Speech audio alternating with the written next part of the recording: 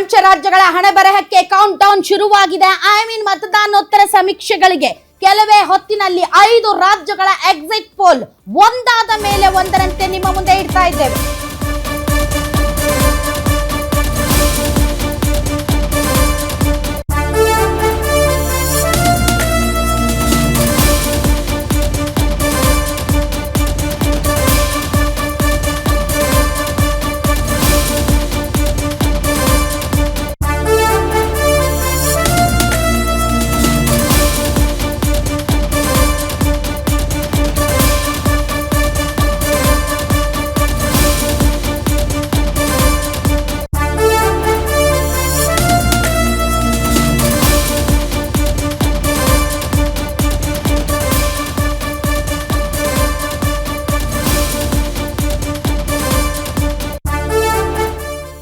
ಪಂಚರಾಜ್ಯಗಳ ಹಣೆಬರಹಕ್ಕೆ count down ಶುರುವಾಗಿದೆ. ಕೆಲ ಹೊತ್ತಿನಲ್ಲಿ 5 ರಾಜ್ಯಗಳ ಎಕ್ಸಿಟ್ ಪೋಲ್ ಔಟ್ ಆಗುತ್ತೆ.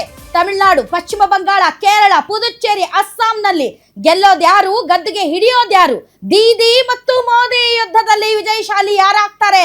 ಸ್ಟಾಲಿನ್, ಪಳನಿಸ್ವಾಮಿ, ದಳಪತಿ ಯಾರ ಪರ ಇದೆ? ತಮಿಳುನಾಡಿನಲ್ಲಿ ಅಲೆ ದೇವರ ನಾಡು ಕೇರಳದಲ್ಲಿ ಎಡರಂಗಕ್ಕೆ ಟಕ್ಕರ್ ಕೊಡುತ್ತಾ ಯುಡಿಎಫ್, ಅಸ್ಸಾಂ ಪುದುಚೇರಿಯಲ್ಲಿ ಗದ್ದುಗೆ ಏರುತ್ತಾ ಎನ್ಡಿಎ.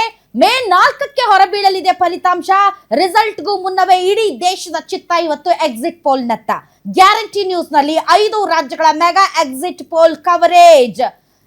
Very important. ಕರ್ನಾಟಕದ 2 ಕ್ಷೇತ್ರಗಳು, ಎಕ್ಸಾಕ್ಟ್ಲಿ ಕರ್ನಾಟಕದ 2 ಕ್ಷೇತ್ರಗಳು, ದಾವಣಗೆರೆ ದಕ್ಷಿಣ ಮತ್ತು ಬಾಗಲಕೋಟೆಗೆ ಸಂಬಂಧಪಟ್ಟಂತ ಒಂದು ಬ್ರೇಕಿಂಗ್ ನ್ಯೂಸ್ ಬರ್ತಾ ಇದೆ, ಬನ್ನಿ ನೋಡೋಣ.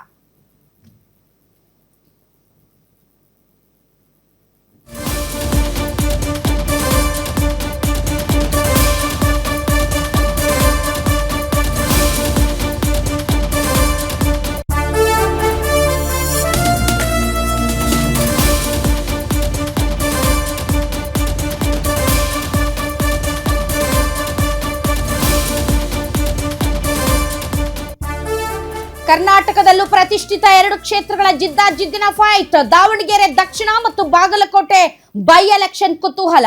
2 ಕ್ಷೇತ್ರಗಳ ಚುನಾವಣೋತ್ತರ ಸಮೀಕ್ಷೆಗೆ ಕೌಂಟ್ ಡೌನ್. ಅದೇ ರೀತಿ ನಿಮ್ಮ ಗ್ಯಾರಂಟಿ ನ್ಯೂಸ್ ನ ಎಕ್ಸಿಟ್ ಪೋಲ್ಗೂ ಕೂಡ ಕೌಂಟ್ ಡೌನ್. ಕಾಂಗ್ರೆಸ್ನ ಸಮರ್ಥ್, ಬಿಜೆಪಿಯ ಶ್ರೀನಿವಾಸ್ ದಾಸ್ ಕರಿಯಪ್ಪ ನಡುವೆ ಬಿಗ್ ಫೈಟ್ ಇದೆ. ಬಾಗಲಕೋಟೆ ಅಖಾಡದಲ್ಲಿ ಅನುಕಂಪದ ಅಲೆ. 2 ಪಾರ್ಟಿಗಳಿಗೆ ಅನುಕಂಪದ ಅಲೆ. ಅದು ಮೇಟಿ ಫ್ಯಾಮಿಲಿ ಆಗಿರ್ಬೋದು ಅಥವಾ ಚರಂತಿ ಮಠ್, ಸಾಲು ಸೋಲು. ಸೊ ಬಿಜೆಪಿಯ ವೀರಣ್ಣ ಚರಂತಿಮಠ್ ಮತ್ತು ಕಾಂಗ್ರೆಸ್ನ ಉಮೇಶ್ ಮೇಟಿ ನಡುವೆ ಚಾಲೆಂಜ್ ಇದೆ. ಹಾಗಾದ್ರೆ ಬನ್ನಿ ವೀಕ್ಷಕರೇ, ಈಗ ನಾವು ಅಖಾಡಕ್ಕೆ ಇಳಿಯೋಣ. ಅಂಕಿ ಅಂಶಗಳು ಸೇರಿದಂತೆ ಯಾವ ರೀತಿ ಇತ್ತು ಚುನಾವಣಾ ವಿಷಯಗಳು, ಯಾವ ರೀತಿ ಇತ್ತು ಪೊಲಿಟಿಕಲ್ ಸ್ಟ್ರಾಟಜಿ ಮತ್ತು ಯಾವ ರೀತಿ ಇತ್ತು ಬೇರೆ ರಾಜ್ಯಗಳ ಡೆಮೋಗ್ರಫಿ ಅಂಡ್ ಪೊಲಿಟಿಕಲ್ ಇಶ್ಯೂಸ್.